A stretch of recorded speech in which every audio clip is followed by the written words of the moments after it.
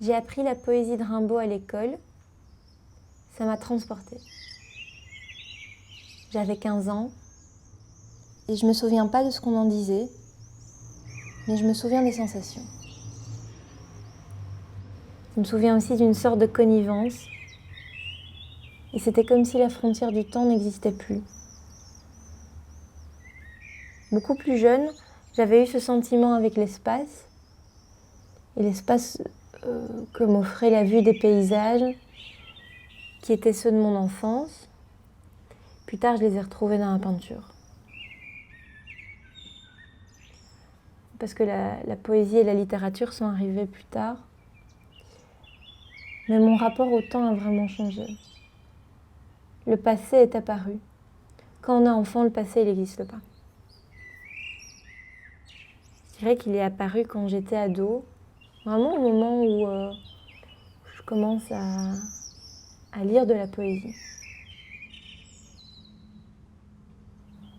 Bizarrement, il était comme secrètement lié au présent. Et il me suffisait alors de me plonger dans une œuvre et je chaussais des souliers qui n'étaient pas à moi.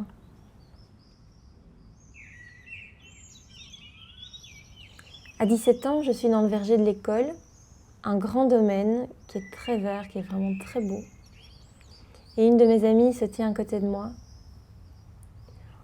On regarde le paysage et on se dit qu'un jour, on regrettera tout ça. C'était comme une projection de sensations. Mais n'empêche que quand je replonge dans cette projection, je la sens tout à fait ajustée avec ce que je ressens maintenant. La question, c'est simplement celle-ci. Qu'est-ce qu'on regrette ? De ce qui m'est venu dernièrement, on ne regrette pas des souvenirs précis ou un âge. On se rend très vite compte en fait qu'on les réécrit, on les idéalise. On n'était pas plus heureux avant. Par contre, ce qu'on regrette, c'est quand même chaque seconde qui s'écoule, parce que toutes les secondes, mises les unes à côté des autres, elles semblent mortes. Et elles semblent mortes avec des petits morceaux de nous. Alors qu'on se perde dans ce passé-là, qui n'existe plus, ou qu'on imagine un futur avec tout ce que ça implique de fantasmes, enfin, le piège, il est le même. Et c'est pour ça que le chemin que j'ai pris, c'est celui de l'intériorité, où il n'y a que l'instant présent. Et c'est pas une idée que je défends, je sais pas, c'est une pratique qui se vit et qu'en plus on retrouve dans vraiment toutes les traditions. Parce que la vérité est la même, c'est quand on revient à l'intérieur de soi, rien ne manque. On regarde le monde.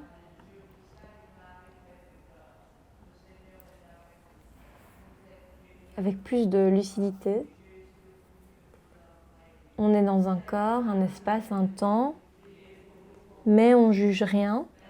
On n'a pas de regrets, donc pas de projection non plus. On est dans l'être en fait. Et l'être, c'est tout. Et ça, c'est vraiment là où convergent toutes les sagesses et les spiritualités finalement, parce que c'est une expérience existentielle.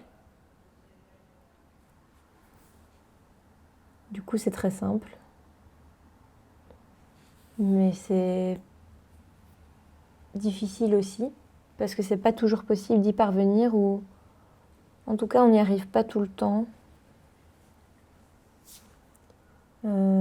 Surtout quand on a une propension, comme je l'avais en tout cas, à trouver refuge dans un temps, dans un lieu qui n'existe plus, qui ont peut-être même jamais existé. Et ce que j'écris témoigne de cette difficulté, je pense.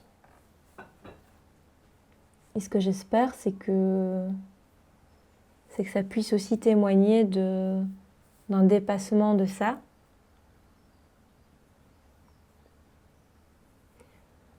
L'idée, c'est pas d'effacer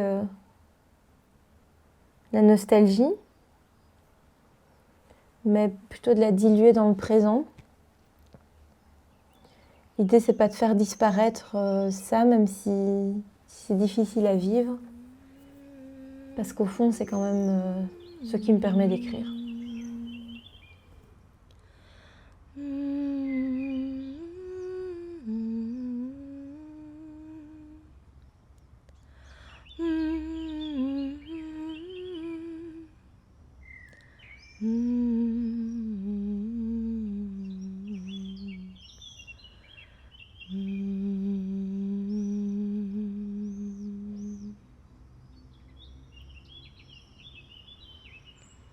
Il est un jardin enfui au creux de ma mémoire, un jardin bleu dans le matin où ont poussé des iris noirs, un jardin où j'ai tant rêvé, aucun jour je puisse y entrer, me reposer à tout jamais près de la tombe parfumée de l'oiseau.